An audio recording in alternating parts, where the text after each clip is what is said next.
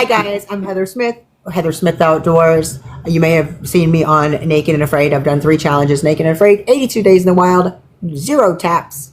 And I'm a competitive tournament fisherman, saltwater fisherman with the Hogfin team, the outdoor editor for Florida Fisherman Magazine. As of last year, I became a published author with the Survivalist Guide for Single Parents. And this year I'll be, I have now joined the Sam Rayburn's Best Guide Service, and I'll be guiding here on Rayburn crappie fishing. And I'm a mom. That's a lot of things all in one. It is. It is. But I like to take hot showers and eat, you know? Right, I feel that. Okay, so tell us about Sam Rayburn. Where is that exactly? Sam Rayburn is about an hour and a half north of Beaumont. It is, I'm 20 minutes from Toledo Bend, which is, you know, where the Louisiana state border is from Texas. So I'm in the piney woods of Texas. According to BASS magazine, you know, we were the #1 bass fishing lake in the country in 2019. And we are consistently in the top 10 bass fishing lakes in the country. We're definitely a bucket list fish for bass fishermen. And, you know, MLF is here. They were just here last weekend. You'll see it on ESPN a lot. You know, you see it on all the sports channels a lot. This is one of the major tournaments for the pro tours, or one of the major lakes. So what got you into fishing? You like have loved it your whole life, or how did you get into that? Like tournament fishing and doing all that stuff? It's a wild story. So my father was a guy. My father was a captain. He wasn't a guide. My father was a captain out in the Gulf of Mexico. He died in '06, but I was a daddy's girl, right? So my very first fish I ever caught was a sheep's head, and I can tell you what the day I caught it, because it's the day I lost my first tooth. You know, like so. We were out in Homa, you know, fishing, and anyway, that's how I remember that day very well. And I fished offshore, you know, I did saltwater and stuff like that. I'd never fished freshwater, but not anywhere near what I'm doing now. Like nothing. Like right. I was.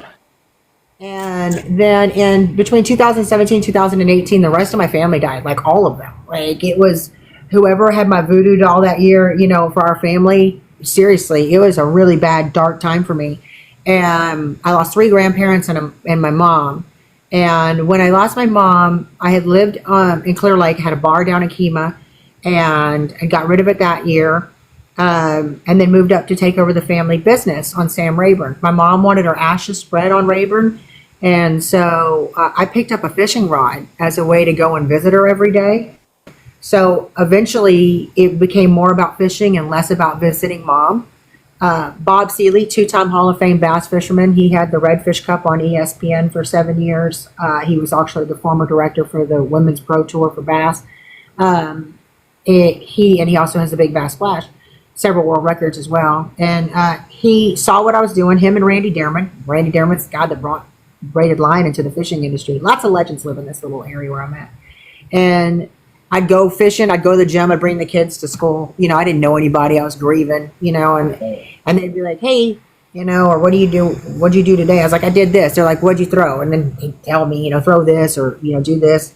I'd come back and I didn't know that these were legends. And so as I'm walking through the restaurant, these other guys are like, hey, what'd that guy tell you? I'm like, yeah, some old dude over there told me to throw this. You know, like, I didn't know, you know, like, and it was such an organic, great friendship that bond that I had with these people. And once they realized, you know, that I wasn't there to try to get their information, I didn't even know who they were, honestly.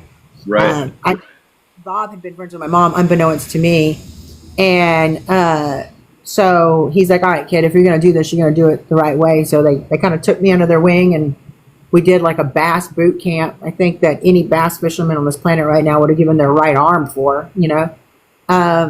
And then Bob actually became my mentor and really taught me how to handle television and how to handle the media side of fishing. Right. And also what to do to be appreciative for someone that's going to get into fishing. And so then I fished my first tournament with Charlie King. It was a B&M tournament. We were against 376 teams. Dickie Newberry, one of the best short sticks on the planet, right? And then we did very well. Everybody was like, what the heck? Hooks in at 6:30, 6:36. I got a 7.62 bass, you know, in the canyons. I was I was so excited, not knowing any better. Very first tournament, I'm screaming. Charlie's telling me to shut up because you don't want anyone to know. And I was like, "Wow!" He said, "Shut up, shut up, shut up." So it was all organic, and from there it rolled. It was completely natural, and I'm so passionate about it, and it was just fun. That sounds like an awesome way to get into fishing, and I think you're very lucky because most people will never get any of those opportunities in their entire life to be able to fish with some legends like that. Now, I don't know a ton about bass fishing. I've pretty much always been like offshore in the Gulf of Mexico, and so I find the bass fishing thing interesting. Like everybody wears their like jerseys and all that stuff, and you can pick a bass fisherman out. Like I was at ICAST last year as well, and you can see all the bass guys. They all have their jerseys on. There, you can spot them in a crowd from a mile away. They're loud. Yeah. It's the NASCAR of fishing. You know what I mean? Like, right. So, and it's different because when I fished saltwater tournaments, I went and fished one down in the U.S. Virgin Islands. So my girl who makes my jerseys for me, she had made us team jerseys, and everybody else looked at us like we were idiots, right? We had our names on the back, and everybody's like, "What?" Because I fished the Sport Fishing Championship that was on CBS, right? And you get there, obviously, you get your boat shirts, so everybody has the name with the boat, right? But yeah. No, I get it. So there's a difference. There's a major difference. I think saltwater guys have a measuring contest sometimes. Like that kind of measuring. Yeah. Everybody wants to have the biggest fish. There you go. Yeah. So I think that bass fishermen are definitely a little bit more country and a little bit more blue collar, in that aspect. It's a you see both sides, and it's funny because I really do. I tell everyone my favorite when I was a daddy's girl. So when it doesn't matter where I'm at, but when I step on the deck of a boat on saltwater, I feel like I'm close to my dad because he was a captain. He was a captain with Auto Candies. A lot of people know who Auto Candies is. He was a master merchant mariner. And so I feel like I'm close to my dad. And there's nothing in the world that gets my adrenaline going more than when you're trolling offshore and something hits and to the level of almost getting sick, not from seasickness, but that adrenaline spike is just so unbelievably uncomparable. I agree completely. I have seen so many people get seasick like immediately after they catch a big fish. Right. I think like you said, the adrenaline gets them. They get like a tuna or something like that on, and they fight the thing for 20 minutes or half an hour. And as soon as they're done, fighting this big fish, they're like puking over the side. Yeah, so I caught a massive mahi in Costa Rica this year. I was out with Steve Hoyland Fish. He's awesome, for the record. And I caught a massive, like 70 plus pound mahi. It was taller than me. It was I was about to die. I was like, oh. And so, and when you're bringing it in, you're like, oh my god, this is happening. And so I thought I was gonna puke. Like at one point in the middle of reeling it in because my adrenaline spiked so much, and it was crazy. I puke. Prime example. I puke every time I've went skydiving 3 times. I've thrown up every single time I've landed on the ground. Just from adrenaline. Yeah, it's an adrenaline spike for me. So, and you think I've done crazy stuff. I jumped on a 6-foot caiman and wrestled it with my partner in Colombia, and I didn't even puke from that. But like, it's when I'm so excited and so like, this is my moment, the moment that you've really waited for. My adrenaline goes through the roof. So your dad was a captain out of where? It's Louisiana. So let's go back. I know I was born in South Louisiana in a town called Raceland, which is right next to Houma, 45 minutes south of New Orleans. Raised in Texas. Actually went to the University of Texas. Have my degree. Actually, have my certificate as paralegal from the University of Texas. I'm a certified life coach, and I've got certifications in survival and certifications in advanced survival. My father was a captain. He's from Thibodeau. He's passed now. And then, I can't remember the name of Does Almonds is where Auto Candies is headquartered out of. Okay. Yeah. So what do you think about changing the name of the Gulf of Mexico to the Gulf of America? Have you heard about this? Yeah. So when you said Gulf of Mexico, I almost said it, and I didn't want to step on your audio. If they're down with it, hey y'all, if they're down with it, I'm cool with it as long as they spell it Murica. If they're gonna go that far, Gulf of America. You know what I mean? Like, okay, comes a point where you just don't have to pee all over everything to own it. You know what I mean? Yeah, I feel like it's ours anyway. I don't know why. Why we need to change the name. That's like making Canada the 51st state. I don't really think that's going to work out, but no, I don't want their deficit. Why would we want to take on somebody's problem? That's like dating at my age. I'm 47 years old. That's like me going to a bar and dating. It's like you bring home the most least broken thing. That's what it feels like. So why am I going to go to the dumpster and pick up like a half a freaking, doll? You know what I mean? It's just missing an eye. Let's bring this home. So yeah, that's crazy. It's all crazy. I don't know. I don't know what to think about all the whole political stuff going on in the country, but it's crazy. It's wild. Dude, I laugh. I watched Sean Ryan the other day. The guy's a SEAL. He had on that one guy that disclosed whatever this other information from the the Vegas thing. And then he goes into hiding. Never in the history of ever Sean Ryan went into hiding, after releasing the interview. And I was like, this isn't looking good. You know what I mean? No, I mean, I watched that episode as well. It's like episode 155 or something like that, like where he, I forget what his guest name was, but it was the guy that, Shoemate. Right. Shoemate. But he actually talked to the guy that went to Vegas and the Tesla and that stuff. And that's some crazy stuff. Like it's about all sorts of different crap, like drones and there was a lot. Cover-ups, and I mean, somebody's going to write a book about that, and it's right. And they're right after they unalive themselves, right? Like we're still, you know what I mean? Like that's the whole situation. It's horrible because there's one thing about that. I don't even want to get into it because the more people, nobody that deep dives into these conversations seems to have a really good ending, right? Like they're all mysteriously, no longer here. So people are like, what do you think? I'm like, I think I like my life, so. Yeah, absolutely. And they get contacted by like the FBI and the ATF and like all these federal agencies, and it's wild. I'm glad I don't know anything about any of that stuff. Don't explain. That's my brother. So I'm excited he's on. So, when I say my brother, he's 6'5", African-American, state police, Louisiana. Absolutely love him. He adopted when my whole family passed. He said I was going to be his little sister now, and I laughed. It stuck. That's how it works.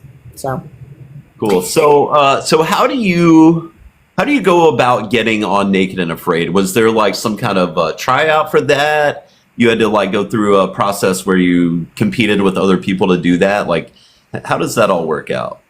Yeah, I was going to make some really bad jokes, but I forget I'm on TikTok and I don't want to get us both banned. But,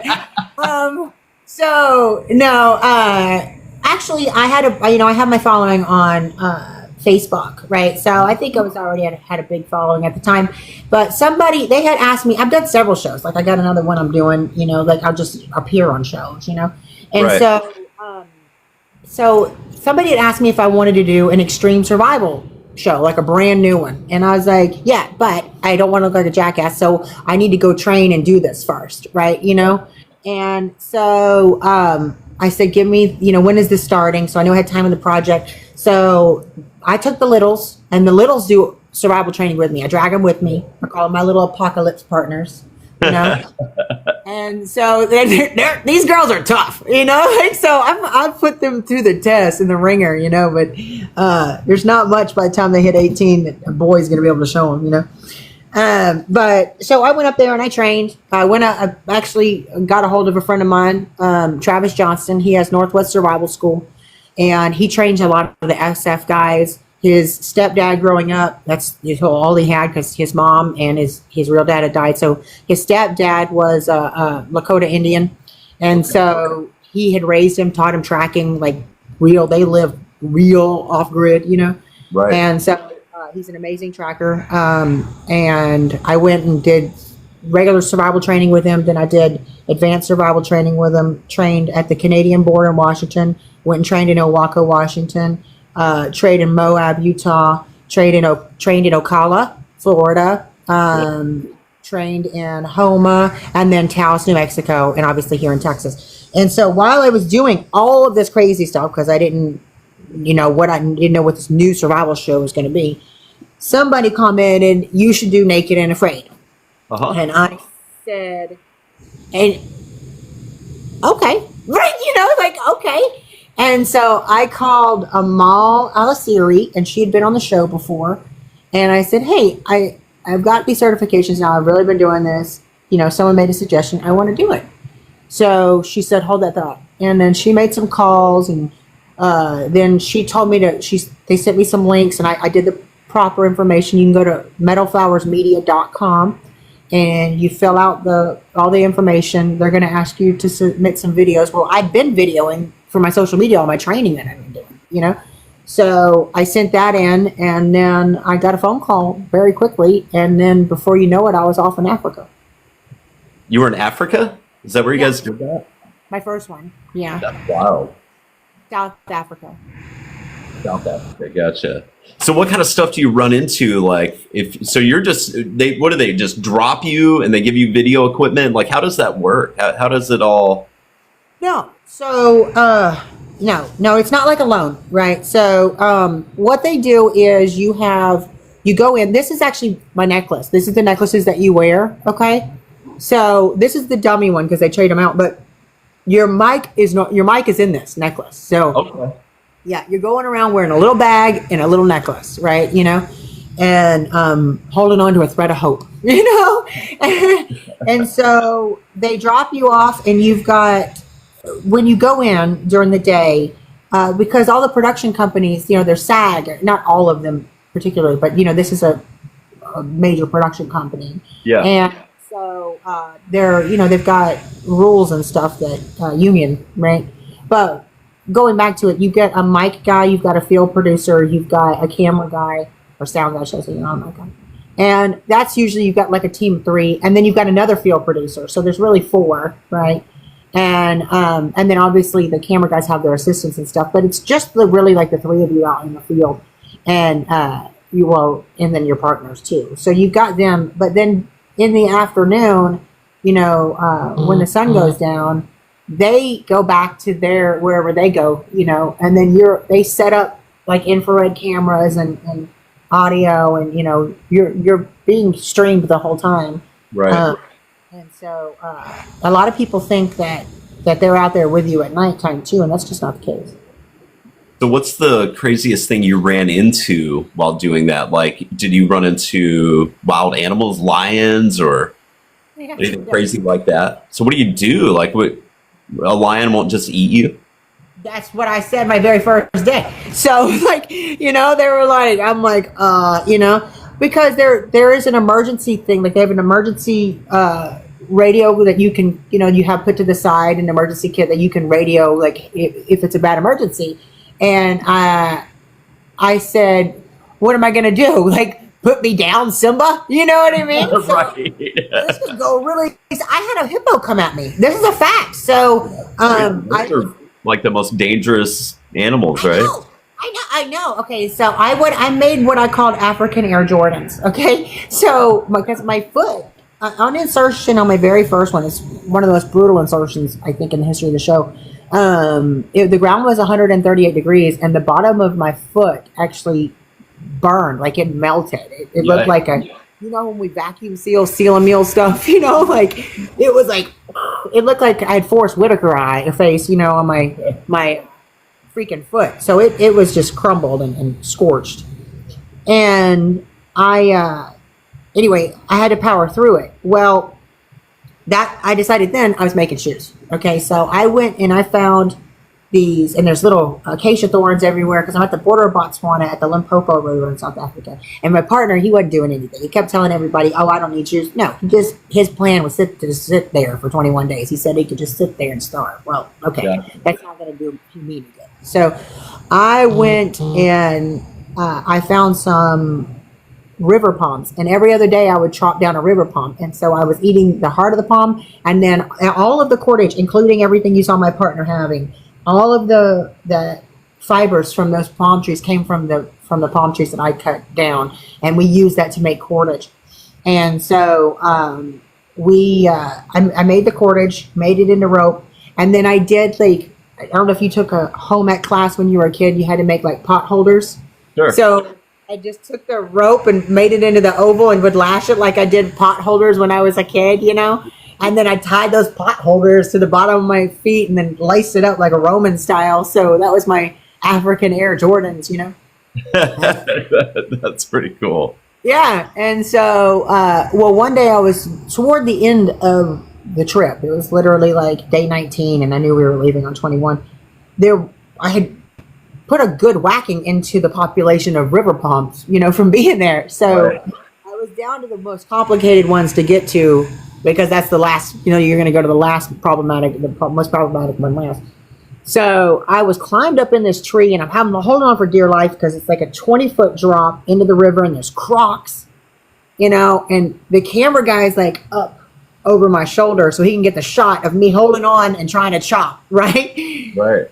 This hippo comes up in the water and I was like, oh, hey, bud. You know, like, and I was like, That's wild. oh, it was wild. I'm like, oh, shit. And so I was like, it's all cool, buddy. You know, like I was trying to whisper. They even actually aired a little of this scene. And I'm like, no problems here, you know. I'm going to be leaving soon. Please don't do anything. And then he goes down in the water and he just comes straight at me. And it looks like you can see the wake of it running under the river at me, right? So at that point, me and the camera dude are literally like climbing over each other to get out of the tree. I bet. That's scary. Yeah. And I'll never forget it. I love him. I don't want to say his name. He's one of my favorite people on this planet. Honestly, most kindest soul. And I saw him later on a different challenge, and I told him I'm really sorry about that, because I looked at him and I said, "You ever heard of that? You don't have to be the fastest, but I got to be faster than you." You know? That's exactly right. And I was like, this is one of those moments.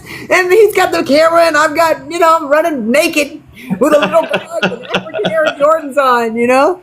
So looking back now, it's funny, but it was scary. It was really scary. So that last 21 days, and so you have to feed yourself and do all that sort of stuff? Like they don't give you food?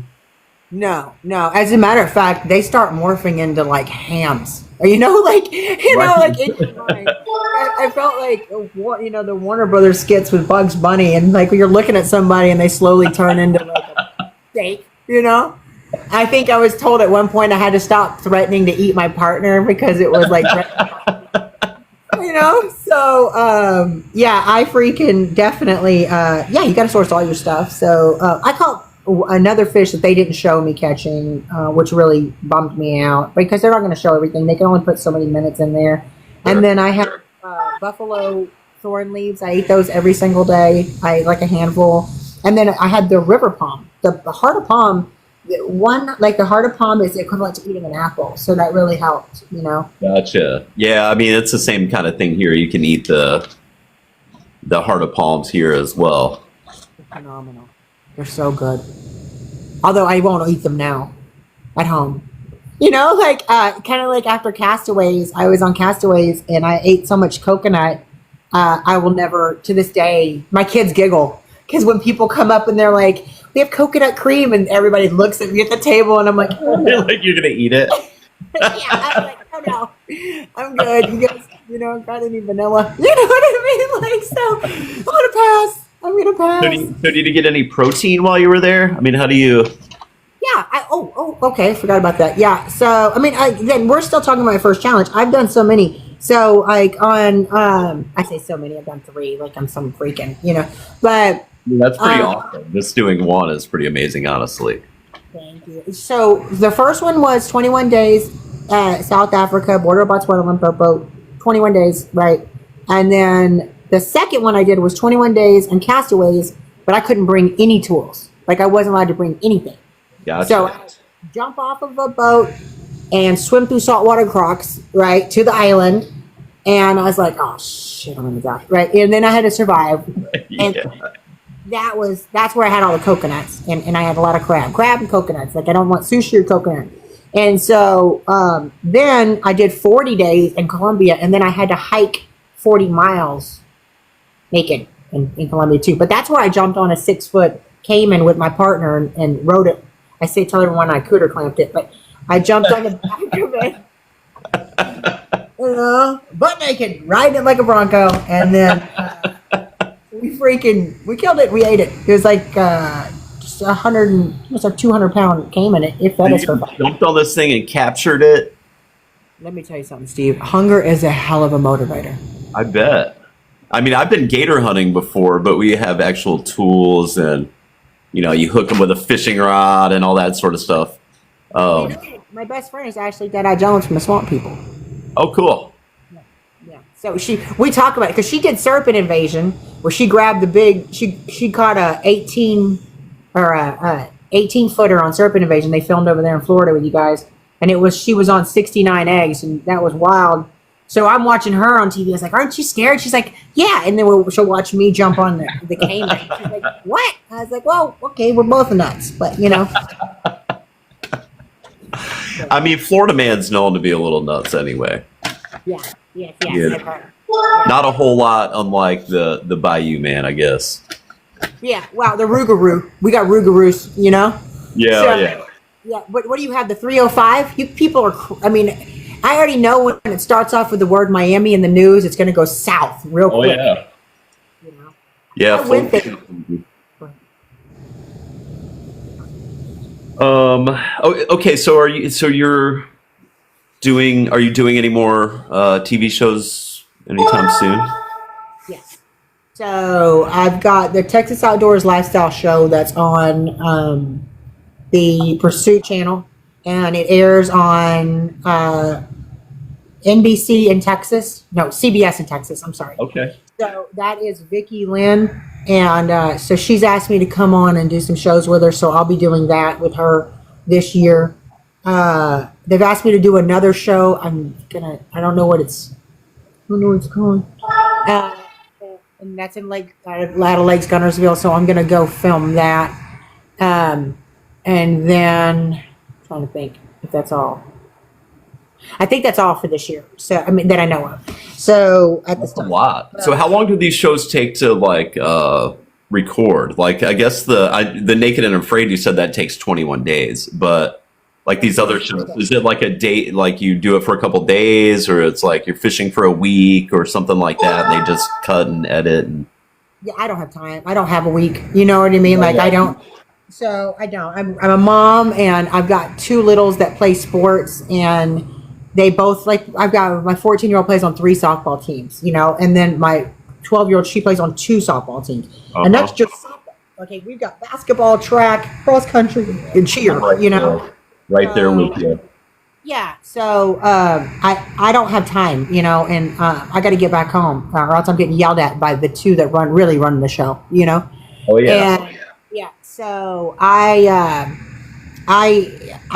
go in, like when I go to Venice, or if we go to do something, and even when we do it with our social media, we show up. That morning, I'm out fishing. I step off the boat, and I'll literally step onto another boat for whatever we're going to do for the night. And I'll sleep in transport. And it's exhausting. Oh yeah. You try to maximize the time as much as you can, and you try to get in as much as you can. So you fished Big Rock. Did you? Let's see. What was it this year or last year where? The biggest, I think it was a marlin got bit by a shark. Do you remember that? Were you at that one? Yes, that was. I fished this year and last year, and that was Sensation that did that. And Ashley is the guy that owns that boat, and so he actually we communicate via text, and so it was him. And there was a shark that bit it, and they tried to argue that the shark it was a previous shark bite that was pre-existing prior to the fight. And then it was ruled against them. Sushi ended up winning, and it was the very last day, last couple hours, right, of the tournament. And I was fishing with Bobby Earl from Wicked Tuna, and I was on his boat, and we were up north, and we heard it come on the radio, and they're already friends with Ashley, right? So, you cheer for people, when you hear them hook up, because it comes on, it's like Sensation's hooked up. We're like, yeah, right, and you hear it. And we actually had an engine blow on or port side transmission blew out, so we were screwed, and it was really bad weather. So by the time we got back, we were waiting and waiting and waiting, and then when we heard what happened, it was, my heart went out to them. It really did. That's the one time. I don't want to speak bad of, I love the tournament directors and everyone that puts on Big Rock. They do a phenomenal job. But in my opinion, if it was up to me, which obviously I'm no one, I really wish the Sensation would have won that tournament. So did you see this fish? Was it like a previous wound? Like, was it healed? I'm not even going to make a comment on that. Gotcha. Yeah. Okay. Not getting me a noun, you know what I mean? But I'm just going to say that I believe the Sensation should have won that tournament. Okay. I'll take that. Yeah. So what, you fished the White Marlin Open? Where's that, in like Maryland? You fished that one too? Ocean City. So I do the Kelly Wagner and the Big Rock, obviously the ladies tournament that kicks off Big Rock, and then I do Big Rock, and then the Heels and Reels. The littles fished with me this year, up in the White Marlin. That's fun. Yeah, that was a blast. And so, and then we fished the WMO, White Marlin Open out of Ocean City. Cool. That was wonderful. You know what? I'd really like to fish the Marlin tournament that happens every June in Cuba. Have you heard about that?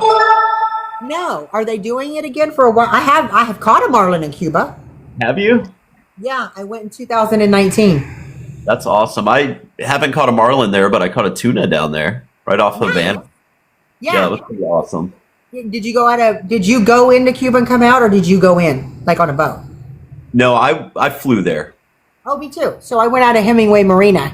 That's where I went out of, and you had to get like a permit from the government and all that stuff. What's the name of the boat you were on? Yeah, and then they load the boat up and they check. I guess they're checking for stowaways, and it reminds me of Sombrero Key, honestly, because when you look down, you're like 80 feet down in that marina, but it's so perfectly clear. It's crazy, yeah. What boat were you on? Oh God, I don't know. It was 2019. Let me put it this way: it was one guy. Hold on, Daniel. Daniel was my captain's name. And then the two, it was a Cuban boat, right? Sure. And it looked like more like a panga, to be honest with you. Like it was, and a panga with a top, right? I have to look. I got videos. Actually, if you go on Heather Smith Outdoors YouTube, I have my Marlin fishing trip in Cuba on one of my videos. Oh, that's really cool. Yeah, because we went to Tropicana there while we were there. The Fortress. We went in Old Town. Oh, yeah, I did all that as well. That was awesome. It was phenomenal. It was phenomenal. And, I thought it was really cool. I looked out of the hotel because we stayed in City Center, in the city in the middle. Yeah. Residential hotels where we stayed. That's what it was called.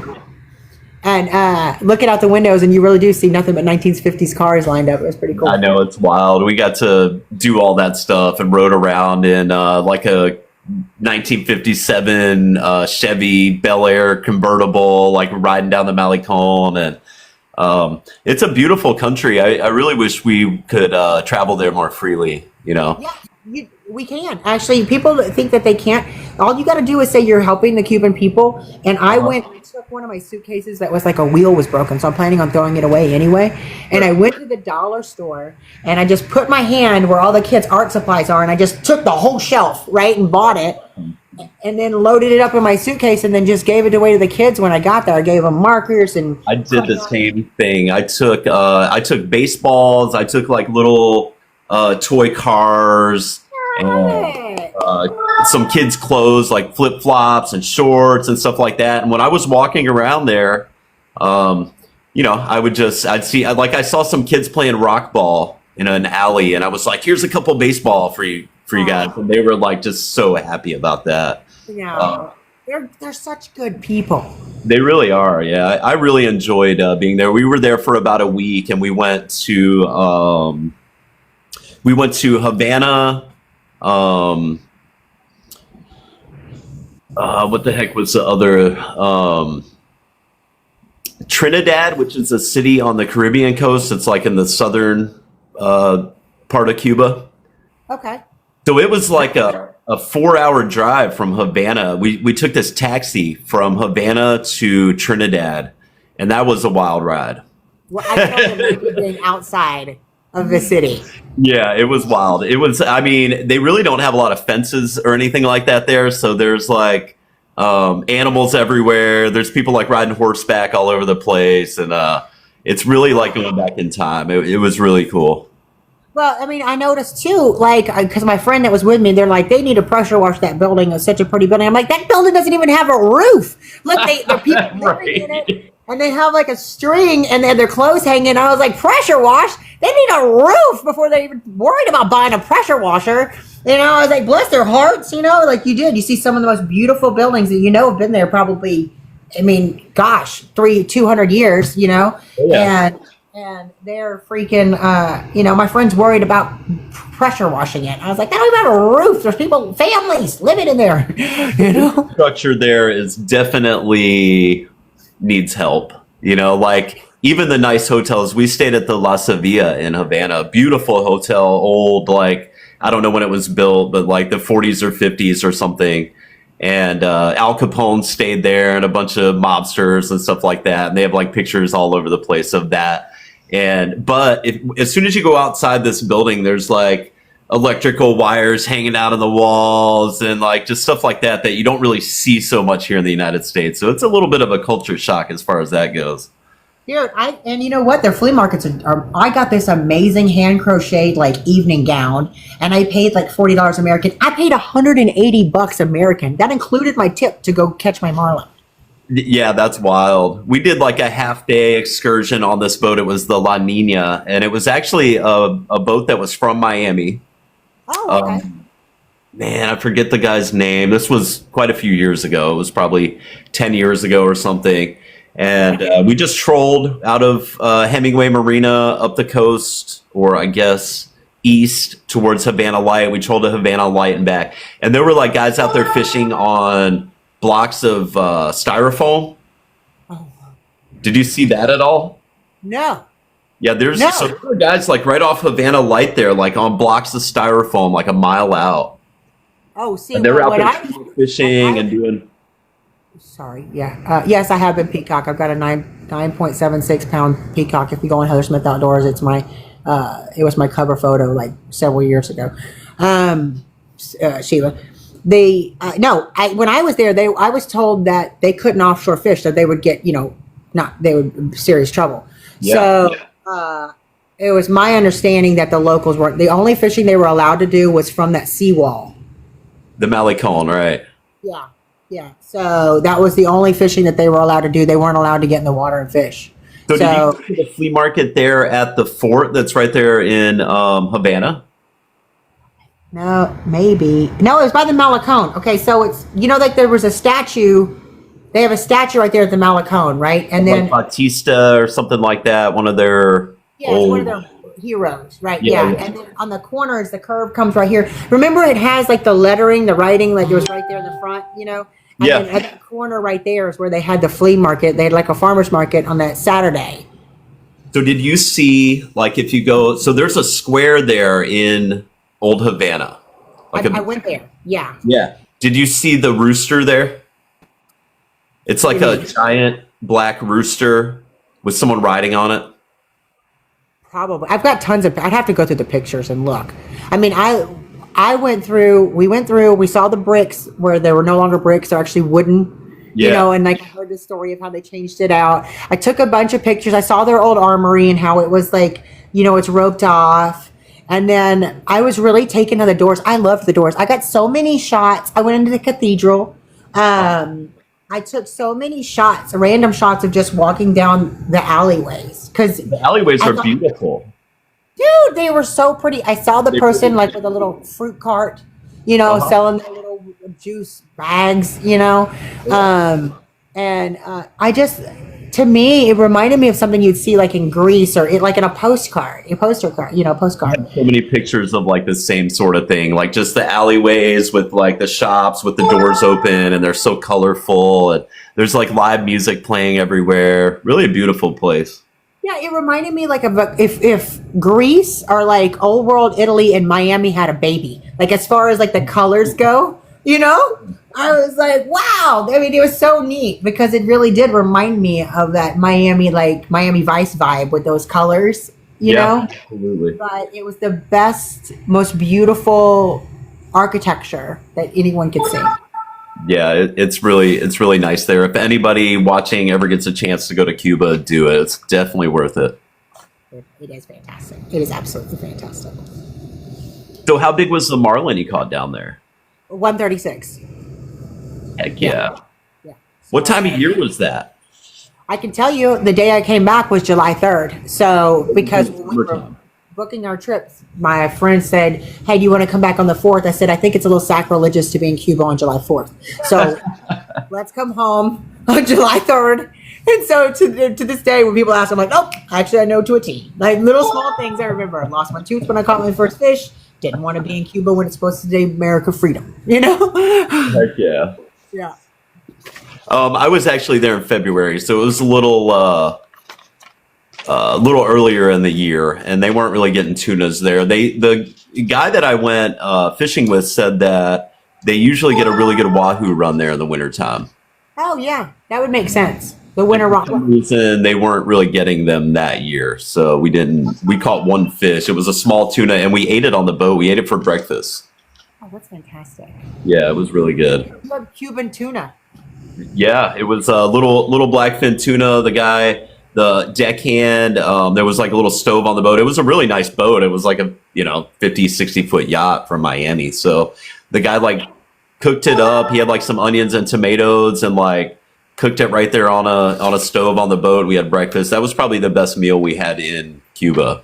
Yeah, their food's. And now I did have a sandwich when I went to where the local town is, right? And the sandwich was. I wanted a Cuban. They don't call them Cubans there. They just call them. So that was good. I mean, I wasn't a fan. Like the hotels would put out these buffets, but their cheese tasted like rubber, and I'm not a fan of exotic fruit. Like I like pineapples, but I can't stand mango. I don't like papaya. I don't like guava. Right, and that seems to be what they wanted to give me a lot of, and which is wild. You'd think I'd be healthier, but and then they had no cranberries and no cranberry juice at all there. Like they don't even know what cranberry juice is. Right. Yeah, I'd asked. They all looked at me like I was batshit crazy. I was like, hey, I'm just gonna have water. You know what I mean? So. Yeah, they definitely have issues with that, and like ice, they don't have ice everywhere. Yeah, no. You know what, though? I will tell you one thing. There's two things that I love more than life itself. Well, besides each other. Ice and socks. After doing these challenges, you find out that you have such an appreciation for small things that you completely took for granted and overlooked prior to really having everything taken away from you. I can definitely see that. And ice, I mean, it was such a culture shock down there, like just not being able to go to a grocery store. Yeah. Right. Like here, we really take that for granted. You'd go out and you can go to the grocery store. Like, there's a grocery store here, at least in Pinellas County, Florida, on every freaking corner, it seems like. So you can go there and you can buy everything you need there to eat, to survive. There, you have to go to like a butcher. You have to go to the bakery. There's a cart that comes around every morning. Or whatever. Yeah. So, yeah, that sells vegetables, like fresh fruits and vegetables. Did you see those? It's like a little donkey cart, and they like ring a bell at 5 o'clock in the morning, like wake everybody up. Yeah. So when I was in Colombia, they have one guy that goes around. Like I was sitting there, I remember when I came out, and it was wild. Right after, like when I got done with my 40-day challenge, I looked like the crypt keeper. All right, like I was jacked, and. And I'm so hungry, but you can't eat. Okay, so you can barely drink. People don't realize, like, we are trying to eat, but you do get sick. I can't. Yeah. But I immediately get sick. But people don't realize, like, and you're so thirsty, like your mouth. I'm famous for saying this line on there. You know, my mouth was drier than Gandhi's flip flop. Can't believe Discovery aired that, but they did. You know, and so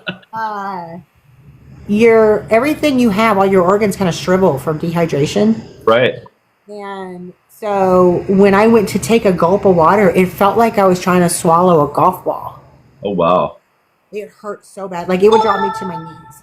So we're at this little hotel in this little, you know, find a map of nowhere. I was right in the middle of it. And this horse just comes and sits down next to me. Sits down, right? And I was like, I'm totally jacked up, okay? And I'm sitting on the sidewalk, and I'm kind of reliving what I've just went through for my 40 days, you know. I'm enjoying the fact that I've taken a bath, and I'm sitting there trying to get a hold of my kids, you know, on the phone. And I look over, and I was like, happening, you know what I mean? And so just I'm like, okay, Caballero, you know. And so then this freaking car, this person comes by, and they're selling, like, it's a like a bicycle, but it's like a tricycle, and they got the box on the front of their windows. And instead of like what we would call like the ice cream man, you know, here goes around their car, it's like a trike, and instead he's got like tortas, right? That they were selling, like going around. Yeah. Screaming out loud, you know, like tacos. It's like tortas, you know. I was like, I find myself in some precarious situations, you know. Yeah, that sounds like an awesome adventure. Yeah, it was wild. It was definitely wild. Yeah. So where were the 3 places you were on? Like, what places were you at on Naked and Afraid? You were in Africa. You were in Colombia. Was that right? And what was the other place? And the other one was a deserted island on the Pacific coast, you know, the Pacific Ocean, out in that area. So, hold on. So I was on a deserted island in the Pacific Ocean. That's all I can tell you. No, it made me drag a puzzle piece. I guess it wanted to verify it's me. Yeah, that happens sometimes. Oh, good. Thanks for letting me know. I thought it was just me. Let me ask you this. So if you had the opportunity to go anywhere in the world to fish, where would you go? Anywhere. Anywhere in the world. Well, let me tell you, I've been to Costa Rica. I've been twice, but Costa Rica is one of my favorite places to fish. And so, I mean, but are we going somewhere I've never been? Am I getting to make a choice? Somewhere you've never been, somewhere that you might only get an opportunity to do once in a lifetime. Where would you go? Mozambique. I want to do marlin fishing in Mozambique. Mozambique, okay. So when the marlins hit really hard off of Mozambique, it's supposed to be amazing. So what time of year is that? Do you know? They're backwards from us. So if it's cold right now, it's warm there. So I probably think right now. Actually, it was, I think October, September it hits, because when I went into my challenge, it was just happening. And I originally, because I was in South Africa, I thought maybe I'd hop over, and not knowing, because I'd never done a challenge, I was like, yeah, when I'm done, I'll just go over here and fish, you know? Right. I got out, I was like, help! You know what I mean? Like, so derail that idea, you know? Go home, fix yourself, kid. You know, get your shit together. Mozambique is one that I would like to fish. I'd like to get a giant trevally in Bora Bora and Tahiti, you know? Just because I selfishly want to go to Bora Bora, you know? And then I've already done, you know, I've got my bluefin tuna. I went out of Gloucester. I've fished the Pacific Northwest. I've fished pretty much all along the coast everywhere in the United States. Awesome. I've done the Bahamas. I've done the Virgin Islands. I've done Cuba. I've done DR. Oh, and I also want to do. I want to do a peacock in the Amazon. That would be awesome. I've caught them here before, but I've never. It'd be awesome to go to the Amazon, but to fish down there would be really cool and catch all the exotic peacock bass and weird catfish and stuff like that would be so cool to catch. Yeah, I definitely want to do that. But since the whole Colombia, I think, gave me PTSD with bugs for a little bit, I'm going to stave off on any Amazon trips for just a minute until I get.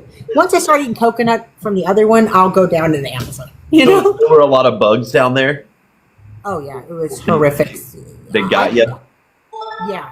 So I have had different experiences in my challenges, whether I've been in, like, that it was super, super arid in South Africa. It reminded me just of the Texas Hill Country, to be honest with you. Gotcha. It was very, very arid. And now when you get into Castaways in Colombia, it's reverse. I mean, you're in actual jungle. There Right. are bugs. I mean, they don't have mosquitoes. They've got low altitude flying mini pterodactyls. So I was eaten alive. Cheaters on Castaways was so bad. I will hands down. I thought Africa was bad. I will face the big five in Africa before I want to face the little bugs in a jungle ever. Bugs are bad. Yeah, it was horrible. Horrible. Are they mostly mosquitoes or like what? There's mosquitoes. You've got fleas. You've got what is those things called? Ticks. My partner ended up with a tick on his Mike and Ike, and I actually called it a Mike and Ike, and they aired that on TMZ. I was like, how'd you get a tick on your Mike and Ike? And he's like, and that's what they aired on TMZ. My great aunt calls me and she's like, did you just call a man's peanut? Whatever I think. I can't say that word. And I was like, yes, I did. It's the only thing I could think of, Aunt Eula, So, but, I was kind of shocked when he's trying to show me his stuff, So, you got ticks. And then there's chitras, which is like a cross between a sand flea and a sand fly.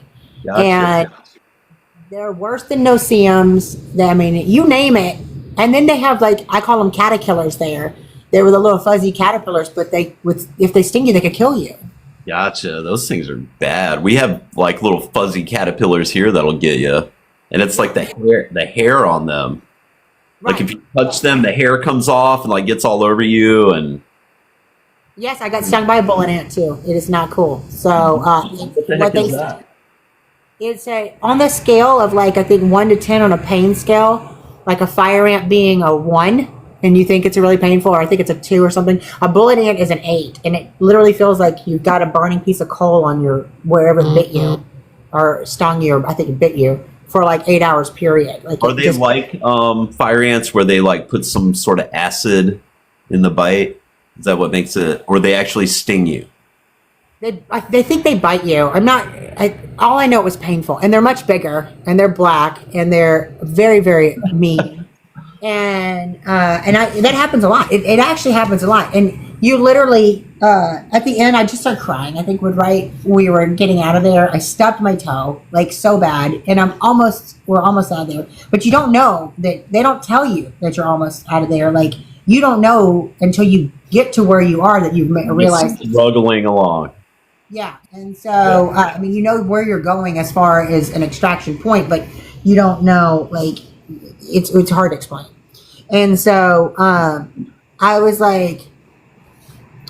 just bawling. I was bawling hysterically. I stubbed my toe. I was at my wit's end, and I'm like, ah! The moment when you hit your toe on the coffee table, right? Imagine doing that on a big rock. My freaking toenail was hanging on. Oh yeah, that's terrible. Yeah. Definitely after being in the woods that long and being tired and dehydrated and just at your wit's end, that's got to be just a kick in the britches. And I had a serious heat exhaustion issue. So I started projectile vomiting during a freaking 10-mile hike, Okay. And I was just done. I was over it. Yeah. And I was like, this is horse shit. I don't want to do this again. And so there are some people that you see Matt Wright and, EJ Snyder and some other individuals that keep signing up for it, and want to keep going out and doing another 40 days. I was I like socks and I like ice, so... and my kids, you know what I mean? So yeah, that's got to be tough to be away from your kids that long as well. Yeah, I can tell you on the way home, when I got to Sam Rayburn Dam and I knew that I was 2 miles from seeing my children, I started bawling hysterically. Right. I was actually afraid I was going to wreck my truck coming over the dam because I was crying so hard that I couldn't see. And I had to try. I was like, get your shit together. You made it this far to come home, So I'm sure they were happy to see Mama too. Oh yeah. They both were like, "Whoa!" They both looked at me. They're like, and the bigger one, she looked at me and she's like, "Oh my god!" Right? And then, What happened to you? yeah, and then the little one was like, "Ugh." You're And cooked. then, yeah, That's what my they boys say say. that. Like, you're cooked. Well, the older one, because when I left, they say to me, "My kids are ruthless." I mean, I I've feel you. yeah, and so and I drug them everywhere with me training. So my oldest, she doesn't give me like loving things when I leave. She says, "Don't tap out and embarrass the family." Yeah, that sounds like something my 15-year-old would say. So I have a 15-year-old son and an 11-year-old boy. So they're Yeah. very close in age to your girls, and they do all the things: play baseball and basketball and football, and they love fishing, and they grew up around it their whole life. So Yeah. very, very similar, and they're honest. Yes, from the mouths of babes, right? Like kids in yoga pants. They're not going to lie to you. That's right. But she freaking. So when I came home, she's like, "Oh, come here." Like she just was like they're just one of them. You could tell when my kids break down, they're like, "Oh," and they're like, and these are ruthless little kids, right? And they're tough. They're tough. They're good kids, but they're tough. But when they looked at me and they're like, "Oh, can we touch her?" You know what I mean? Like I was so, like I looked like the crypt keeper. Like it was very, very bad. Well, that's got to be tough, just going through that over and over again. Why would you want to do it more than once? Does it pay that? Not about the money. Yeah. No. So, and well, I got duped the first time. No, I'm just kidding. So I was filming Castaways when my first episode had aired, and to be honest with you, had I not been already filming Castaways, and if I would have been home when my first episode aired, I would have never done another challenge because I was hated like a villain so badly. And yes, and people are going to argue, yeah, I did say obviously the things I said. What they didn't show is what was said to make me say those things. Right. So there's always about perspective, but I could get into it forever. Who cares? I redeemed myself in the end, and I don't care whoever likes it. Yeah. I mean, and then that's why I did not villainize my co-star in the 40-day challenge when he ate the fish and didn't share with me, because I had been villainized before, and that person chose to lean into it, really hard, and I am not that person. I'm not going to do. I wanted to show somebody else the respect that I wasn't given, so be the bigger person, so to speak. See, I don't think I've ever watched a full episode of Naked and Afraid. Yeah. I've seen like bits and pieces. I think I looked at your YouTube channel the other day and like stole a little video that I had just to promote this live stream. But I've never really watched a full episode. I'll have to go check it out though. I'm very interested in it now. I've watched Alone. Like my kids love watching Alone, and they're like, "Dad, you need to go on that show." Yeah. So Alone is, I don't like the cold. Okay, so The cold either. I literally, when it gets below 75, like I'm teeth chattering. That's why on the challenge in Colombia, dude, it was like heat exhaustion during the day, and then at night we had nights where it dropped down to 46 degrees. Oh yeah, right? and you have no clothes. So how the heck do you stay warm in that? Dude, I slept in the fire. When I tell you in the fire, I'm not joking. There were so many times that Adam would be like, "Heather," because I would be like this on the fire, and my hair, he would smell my hair singeing, And so he's like, "Your hair's on fire." I'm like, "I'm awake, I'm awake, I'm awake, I'm awake," and I would lean back because I was freezing. So yeah, I would stay absolutely cold. It's also about shelter. On Castaways, I made clothes, so I actually made a skirt. Oh, that's cool. A halter top out of an old parachute that I found, and we found, and so then I had something to cover up a little bit, So what got you into this whole survival thing? Like, how did you start doing that? Did you meet someone and that was like their thing, and they kind of brought you along with them, or did it? Or did it happen? Did it happen before you went on the show, basically? Yeah. Like you were a survivalist and you learned how to live out in the wild with no clothes and no food and nothing.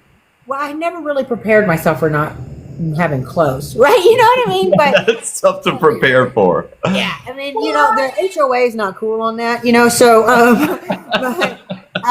but what I did do is I had trained. So I was asked to do a different survival show. They wanted me to do a brand new extreme survival challenge, whatever. So I went and started training.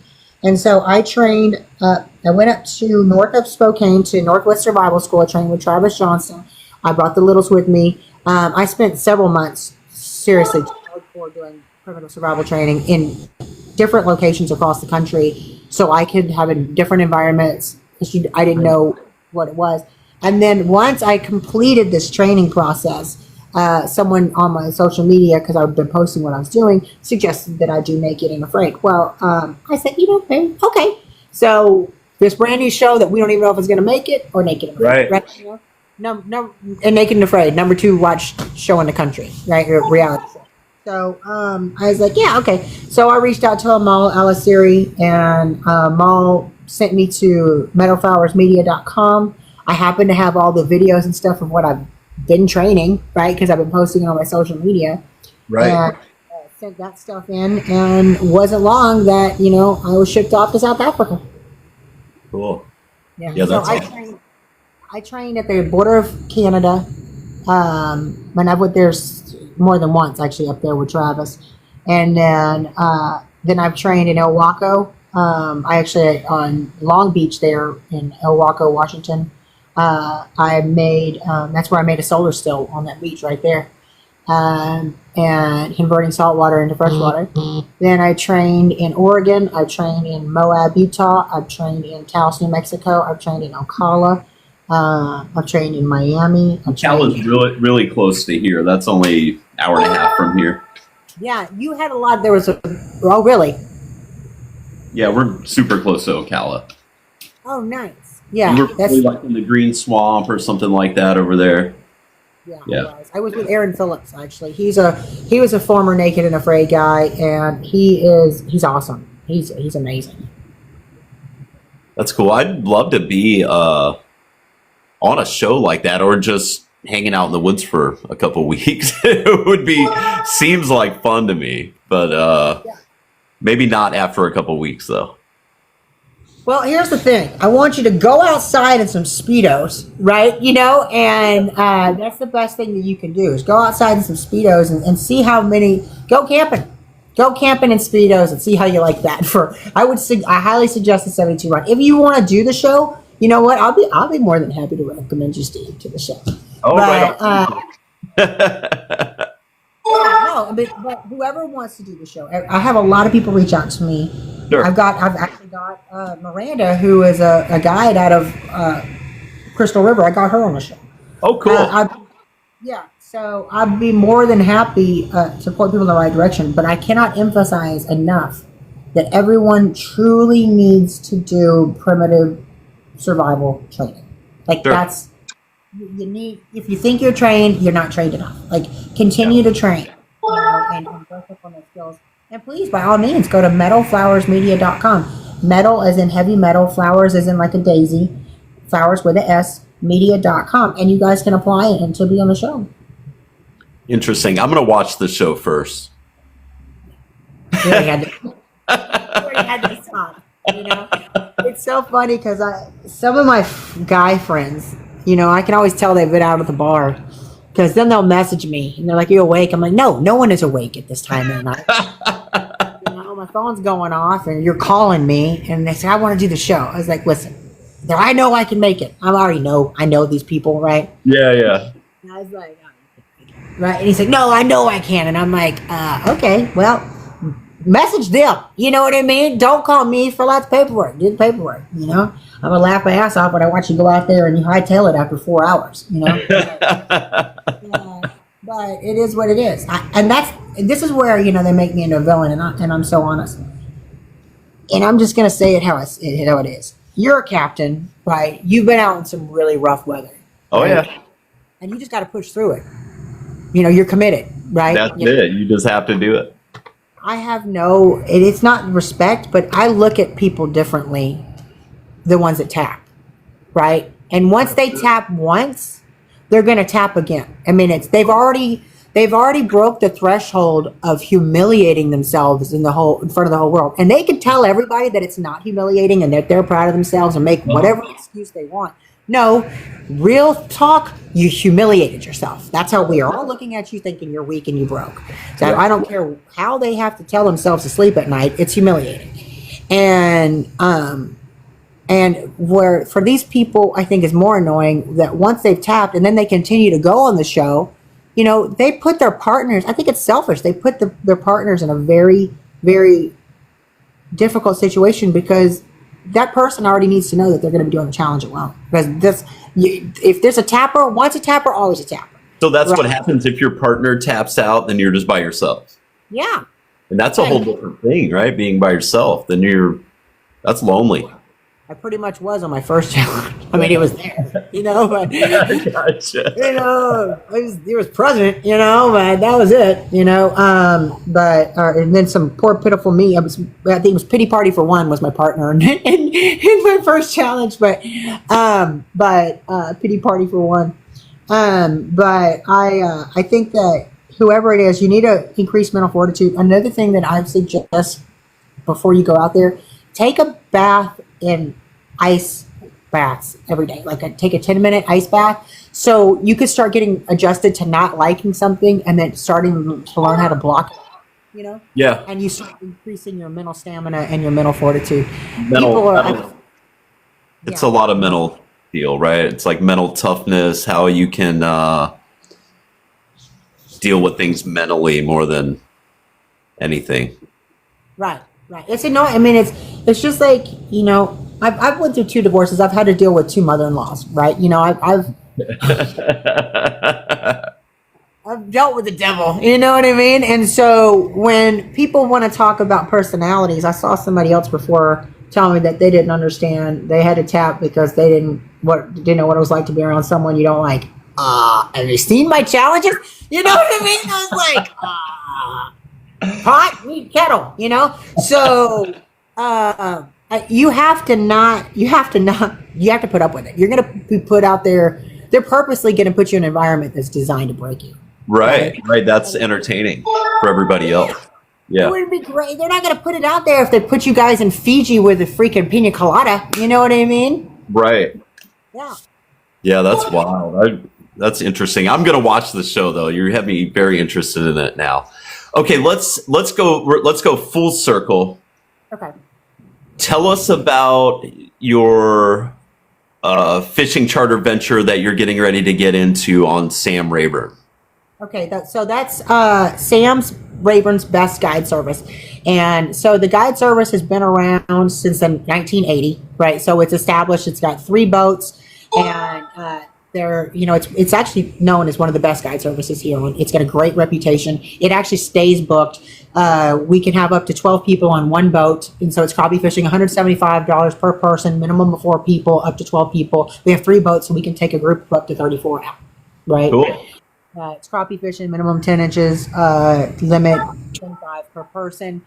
We have, over 150 brush piles that we nurture out there. So we're out there when it's on, we can limit out super quick. So before you get in, it's 8 to 4, is the time frame for the boat. We'll leave at 8, we're back at 4, like clockwork.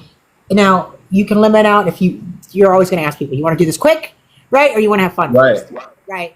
So if they want to because we have a frozen margarita machine on the boat, right? And then there's a cabin that's AC'd, and we've got a bathroom on board, so, you can go out and we can go have some fun, right? On the lake and have a good little party time. And then we can go limit out, or if you just want to take people out and just get on the fish, we can make it quick and be back probably by noon, so it all depends. That sounds like a great day of fishing. Oh, yeah. So how does that work? You have a boat that can carry 12 passengers. Does that have to be Coast Guard inspected on an inland lake? No, so we are different. And I knew somebody was going to ask me because you guys do 6-packs, right? So we're not Coast Guard. So freshwater doesn't have a 6-pack. So in the state of Texas, I don't have to have my captain's license. I just have to have a guy's license. Gotcha. So you get that from the state? Do you have to like do some sort of course or something like that? Like pass a state exam, kind of like a federal merchant mariner license? No, you go get your guide license. I had to go down to I have to go get mine for this year to be honest. So because I had my guide license. I didn't renew it for 2024 because I knew I wasn't going to guide for some reason, but I got to go back. You just go down to your local wildlife and fisheries, place, where the game warden's office is, and then you go in, you fill out your paperwork, you get your guide license, you're good to go. That's it. So you don't have you don't have to do you don't have to know anything really. Because we're not doing Coast Guard. We're not on the Coast Guard. Yeah. So that's when if I wanted to get a saltwater captain's license, that's where you get your 6-pack. That's where you have to do everything with the Coast Guard. Right. That's cool. Because there are, we have boats here like fishing vessels, and I used to work on one that was over 6. So in saltwater, those have to be Coast Guard inspected yearly and all that sort of deal. So that really is a pain in the butt. Both of my boats now, like I have 2 charter boats. Both of them are 6-pack boats. I don't want to deal with that crap. It's too much. Yeah. Like having more than 6 in saltwater. And I have a master captain's license, so I can captain a vessel with more than 6 passengers, but I just choose not to. Yeah, no, we get the pass because it's freshwater here, so that's the good thing. So freshwater, you can carry more. And to be honest with you, from a guide's perspective, you can, for a lot less fuel and a lot more money. You know what I mean? Yeah, absolutely. And we're going right out there on the lake. Cool. When you guys like put your own brush piles out every year and that sort of deal? Yeah. Or add to your brush piles? Yeah, add to them. You have them there. They've been established. Like I said, he's been here since 1980. So he is one of the best guides. Like everybody comes here. And he was a former pro MLF fisherman as well. So he's a former, the main owner. So he's encompassed some of the best fishermen are all part of the team. I guess. I'm very fortunate and blessed. Heck yeah. He's a really good person, and his family's very established here. His brother was a heck of a fisherman as well. His nephew's getting ready to go on the tour as well. We were all having dinner last night. So it's a really good, great outfitter, very well established, and I'm super looking forward to seeing what happens this summer. Yeah, that sounds awesome. Now, what was the name of the guide service again? Somebody asked in the chat. Sam Rayburn's Best Guide Service. So just think about it. You fish with the best, right? So Sam Rayburn's Best Guide Service. Yeah. So Heck yeah. You can look them up. It's the 409 number. That's all I got. Don't have it memorized yet. So. Well, I'm sure they can Google it or whatever, right? Look it up on. 7 days a week. We'll be going out 7 days a week starting the last week of March. Actually, in the next couple of months, we'll start going out there, checking the brush pile, seeing where they are, seeing if we need to put more stuff out. You know what I mean? Kind of flip up whatever, some structures on some. But the starts the last week of March, and it goes through. It's supposed to be October, but I was informed last night that I'll be going all the way to November. Gotcha. I like to end my year every year. It's usually at the end of October. From Halloween on, the rest of the year, that's family time for me. I feel that. I'm usually fishing my butt off that time of year. Like we're so busy around the holidays, so I don't get to spend as much time around my family then, but I really like to take advantage of it when I can, Are you doing the winter wahoo run? No, right now we're mostly reef fishing here. Okay. Grouper just opened, so we're like grouper and snapper and that sort of stuff, mostly. Oh. No, we don't get a huge wahoo run here. That's way far offshore for us. Oh, okay. I gotcha. That's over on for the Keys. Okay. All right. When you say snapper, are you talking mangrove or are you talking American red? Red snapper, mangrove snapper, lane snapper, a bunch of different kinds. Yeah. I love snapper. Yeah, they're fun to catch. Yeah, they're one of my favorite fish to eat. Yeah, they're great eating. Red snapper just closed. December 31st was the last day of red snapper season here. So it's the Gulf of Mexico, or the Gulf of America. It's all the same throughout the whole Gulf of America. Ours is in June. So our snapper season is in. We have like a very short window, and I think it's Yeah, like but it June. reopened. Oh, did it? It did, because like the rules in Texas are the same as here. Louisiana, Texas, in federal waters. Okay. So we're all regulated by the same body, National Marine Fishery Council. And so it was open from like June until, I don't know, the middle of August or something this year. And then they reopened it. They reopened it like the middle of November, and it was open until right through December. Yeah, that's my time to home. That's my home time. Like so many people come and they're like, hey, come fish or come do this. I was like, no, like I'm home with the kids. On Christmas, we have for 7 years now consecutively, we do a Nerf war on Christmas. Oh, like, cool. Me and the kids go crazy, just tagging each other. And so I want to be home. I want to do my traditional. Well, I take those days off. I take off Christmas, Thanksgiving, Easter. Try to be off the 4th of July. That's my favorite holiday, America. You're Gulf America.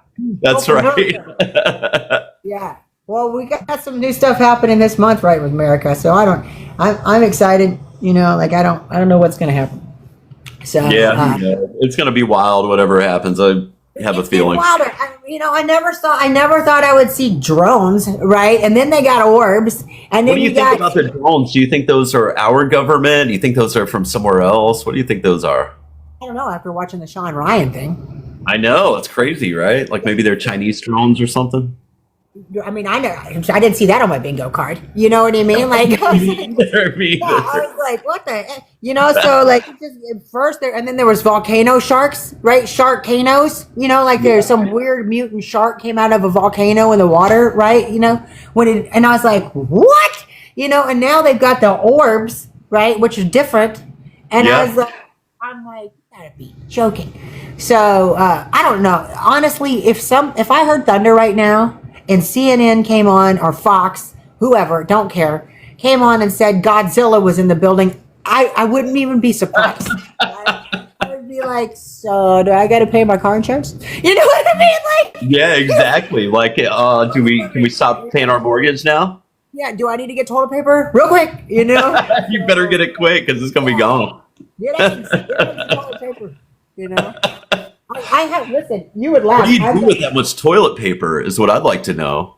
I don't know. It's a shitty situation. You know what I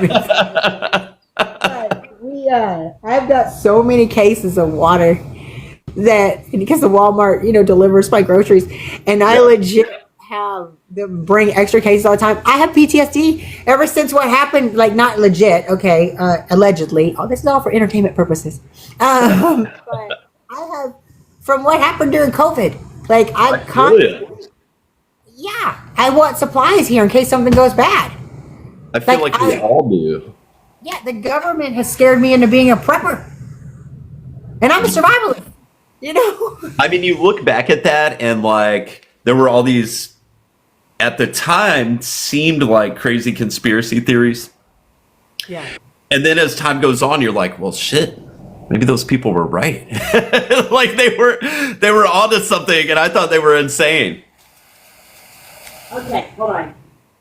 This is the joke. I have it in the house permanently. When I talk about the drones, this is how my kids look at me. And so that's how I have new deckhands test radar. Yeah. Oh, do you really? They got to put their aluminum foil hat on and swim out into the middle. See if the radar is working. That's called the Deckhand Olympics. Yeah, I brought my kids snipe hunting the other day, so I get it. You know what I mean? So, and she busted my lip really bad, actually, because I scared her from behind. She jumped up and I thought my tooth went through, and she's smiling from ear to ear because she knew she gets a free pass on that one. But no, that's how I feel these days. I feel you. I think we all feel that way. Either that, or you just completely ignore it and go on about your life, and that's one way to deal with it. And just pretend like it's not happening. The weird people aren't weird anymore. Seem to be the intelligent one. The intelligent one, the ones you thought were intelligent, you're looking at them going, I don't think your elevator goes all the way to the top, you know? That's right. And then common sense is not a flower that grows in everybody's garden, and I'm seeing that. Oh, yeah. Yeah, there's not a whole lot of that. Common sense isn't very common anymore. You know what bothers me, and I'll tell you this, that I see on here is I see TikTok. It's so funny. You see people ranting, they're talking at nighttime, especially. There's either somebody playing a guitar, there's some person with tarot cards. Oh, yeah. And, you know, like, you got a good sport to run here. And then you've got somebody that wants to sell prep stuff. And they're like, in here, buy these seeds in case of the apocalypse, right? Or whatever. And I'm like, don't do that. Like, what are you going to do? And then wait 6 months? You know, like, you don't even know what season it's going to be, right? Like, I'm just going to plant these tomatoes in January. You know what I mean? Like, you don't even know. I think that that's the worst thing anyone can do. I think the best thing people can do is I did get a good survival book off of here. I'm not going to lie. I got a great book off of here. That learn how to make traps, you know, learn how to get proteins. Obviously, identify plants in your neck of the woods, and I say that are edible, so you'll know immediately what you can eat that's in your surrounding area. You know, that does already work. Learn how to catch a fish. That's a good way to do it. Learn how to throw a cast net. That's right. Right. You learn how to build a weir. I mean, there's little things you can do. You know, pine trees, you can actually eat the bark on a pine tree. Did you know that? I did not know that. And I'm in the piney woods, so I'm not going hungry. I mean, I feel like I can get a fish pretty much anywhere I go.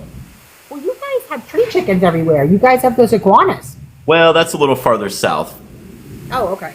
Okay. Well, let me tell you what I did. I think you got derailed earlier. You know, I ate crickets and I even grabbed lizards as they would run by when I was in Africa, and I'd stick them on porcupine quills and roast them. How did that taste? They're probably not that bad. Well, I called it my boma bacon, right? Like, so, because it was really crunchy, except one was a gusher. I did not. That's gross. It was really bad. So that one wasn't good. And then, anyway, that was a different experience. I was laughing because my partner, who said I was intentionally cruel to him, and I was like, here, you want some lizard? He's like, you're only doing this because you knew I had a pet lizard. And I was like, I'm not Cleo. I don't know your fortune or your past. I didn't even know you had a pet lizard. You know, like. I mean, I've had a lizard before too, but if I'm hungry, I'm telling you what. First of all, I didn't like him. I didn't know what his past was. I didn't care about his old pet, you know. And at that point, had I known, I probably would have said, hey, I want to eat in whatever its pet's name. You know? Right, exactly. Yeah, I would have done it intentionally. You know? I was like, look, do you want the lizard or not? Like, we're fine. So, yeah, I highly suggest everybody learns how to catch fish. Make your basic skills. Fire making skills are necessary. You know, everyone should carry, like, some wool with them and, like, a battery, because you put them together, you can start a fire. Fire starters are a must. I normally use diesel fuel. Diesel fuel? Yeah, for starting fires, that works really good. Yeah. Well, what are you going to do when you run out of fuel, right? You need a friction capability. Well, I have 2 boys. I'm going to make them rub sticks together. That's right. So, yeah, or the best thing you can do is get the fire starter, like, you know, a fire starter with a magnesium strip in it. Yeah, like a little flint kind of deal? Yeah, it's right. It's a flint, but you have to strike it. You can strike it with a whatever piece. I use a machete like to strike the spark, right? Yeah. But if you've got magnesium in them, that's the best one. I was not with Troy. I was with Troy Broussard and Ashley Jones and Don Brewer, so who is Troy Landry's son's partner on the show. So if the magnesium, when it hits the fire, it is the only thing that flares in the rain, like in the rain. Oh, gotcha. So it doubles the flashlight to 5,600. So instead of from 3,800, 5,600. So if you use the magnesium, you can actually start a fire in the middle of a rain, you know, if you're coming down. That's pretty wild. That's got to be difficult. If you're trying to start a fire in the rain, I feel like you're cooked. Oh, yeah. I mean, it's just like 100%, you know? Trying to stay dry looking at a rainstorm. It's going backwards in time, right? Like I feel like we're losing, you know. Cool. Well, Heather, it has been a pleasure to talk with you. You're a very interesting person. I really enjoyed it. Thanks for having me on. And Uh, thank you. yeah, thanks for coming on. It was awesome. I really enjoyed it. Again, thank you so much. Good luck in your ventures this year. Hope you have a great year. Take care of those girls. I'm sure they'll take care of you. Yes, thank you so much, and thanks for everything you do. I love your lives on here. You're an inspiration to people that are in the industry to want to expand their social media, and I love what you do. Cool. I do appreciate that. Maybe we'll have you back on again sometime, and who knows? Maybe we'll get to meet in person here someday. Yeah, ICAST. I'm at ICAST. Oh, I will be there. I'll be there this year. Is it in Orlando every year, right? Yeah, of course. Yeah, find me. I'm the girl that doesn't shut up. You'll find me. I'll see you there. Okay, have a great day, hon. Thank you so much. Thank you. Bye bye.